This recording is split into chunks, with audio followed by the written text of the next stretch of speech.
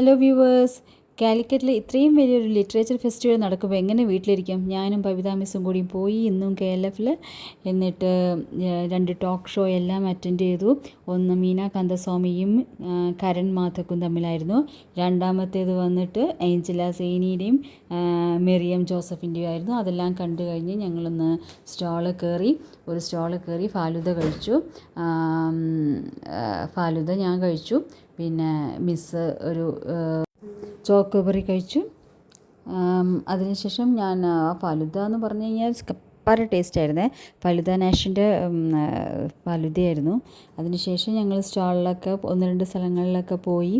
എന്നിട്ട് ബുക്ക് സ്റ്റാളിലും കുറച്ച് ഫോട്ടോസും ഒക്കെ എടുത്തു. എന്നിട്ട് അധിക നേരം ഇവിടെ സ്പെൻഡ് ചെയ്യാൻ പറ്റില്ല, കാരണം മോൾക്ക് ഡാൻസ് ക്ലാസ് ഉള്ളതുകൊണ്ട് കൊണ്ടുപോകണം. അപ്പോൾ 4:30 ആകുമ്പോഴത്തേക്ക് തിരിക്കണം.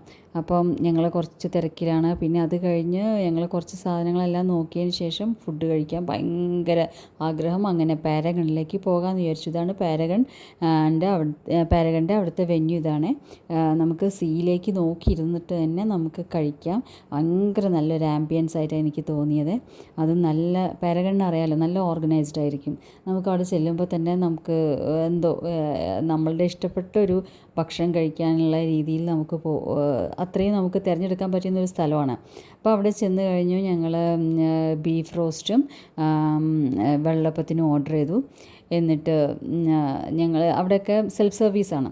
അപ്പം നമ്മൾ അത് മേടിക്കാൻ വേണ്ടി കാത്തു നിന്നു. അവസാനം അത് കഴിച്ചു. എന്നിട്ട് ഞങ്ങൾ പുറത്തിറങ്ങിയപ്പോൾ എൻ്റെ സ്റ്റുഡൻറ്റ് അർജുനെയും അമ്മയെയും കണ്ടു. സെൽഫിയൊക്കെ എടുത്തു. Okay then bye. Thank you for watching.